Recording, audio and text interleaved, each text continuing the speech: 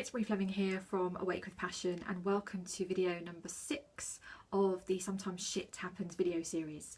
So in today's video I wanted to share with you actually one of the most challenging things that I think I've personally experienced, and I know that a lot of other people have gone through this as well.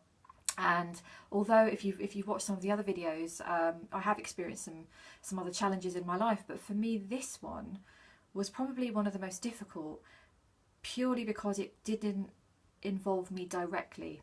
So what I'm talking about is when we have to watch somebody that we love really suffer, you know. So in my experience, it was basically to do with my daughter. And I have my daughter, she's 16 now, and before I go into this, actually I'll just say she's actually very happy for me to share what I'm about to share today. I'm obviously not going to go into her story because that's her story, but I'm talking about my perspective of being her mum and caring for her in that way. So you know, so she's 16 now, but back when she was sort of 11 and she went from primary school to secondary school, she had a few difficulties, quite a lot of difficulties, and that's when she had challenges really with her mental health for the very first time in her life. And to cut a very long, complicated story very, very short, it basically just it ended up with her really, really struggling with her mental health to the point where she had very, very severe depression and anxiety. And she was only young; she was only 11 at the time, and she ended up having to be hospitalised in hospital because of her mental health for about 4 months in total. So that was a really difficult time. Watching, you know, my daughter, who I love with all of my heart, obviously, go through those real difficulties. So I don't know, maybe you understand this, or you know somebody who's experienced this. It's that thing of, you know, when you see somebody that you love, and you want to jump into their shoes and experience the stuff for them, but you can't, and you know that it's their experience, but it's very, very difficult from the outside watching that happen. So, you know, we dealt with everything, we worked through everything together, and she had a lot of support and things like that. And then the same thing happened again when she sort of transitioned later on, and she went through, actually it was it was like sort of very beginning of 2015, and she'd had a previous episode of sort of 8 months of seriously bad depression. I mean, as you know, as bad as it can get. And it was then followed up with another episode where she was just, you know, anxiety and depression and all of it, self-harm and big, deep, dark stuff that she had to deal with. And she again ended up in hospital, and, you know, we worked through it, and, you know, we're very close, luckily. So, you know, we have this amazing relationship.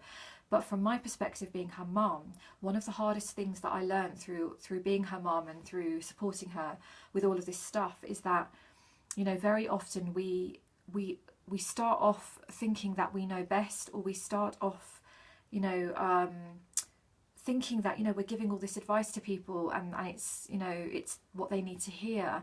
But one of the toughest lessons that I've learned in my own life is that, you know, when it's somebody very, very close to you, it's really difficult. Sometimes it's because you're so close, you can't be the one that supports them in that way. Sometimes they need outside help. You know, so for me it was difficult because doing what I do, and all of the learnings and the trainings I've gone through, and what I do in the world now with people, it was really difficult for me to not be the one to really pull her through it. So my role for her was to just be her mum, you know, nothing more, nothing less, just to be there for her and give her that love and support. So I suppose I just want to share this with you because I know that so many of us, we have loved ones that they really struggle, and especially if you're a helper type and you're giving and you have a heart, you know, you want to do everything in your power to help them. But sometimes the best thing you can do is actually take a step back, give them that love and support, you know, show them that you're there, you're not going anywhere, you're there.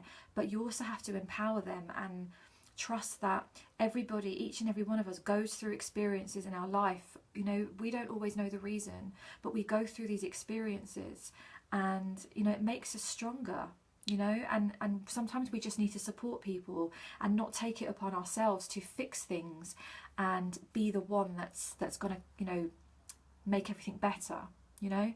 So that's what I wanted to share really, because it was such a hard lesson. And, you know, now looking back at it, like, she is the bravest kid that I know. Honestly, she's so inspiring to me.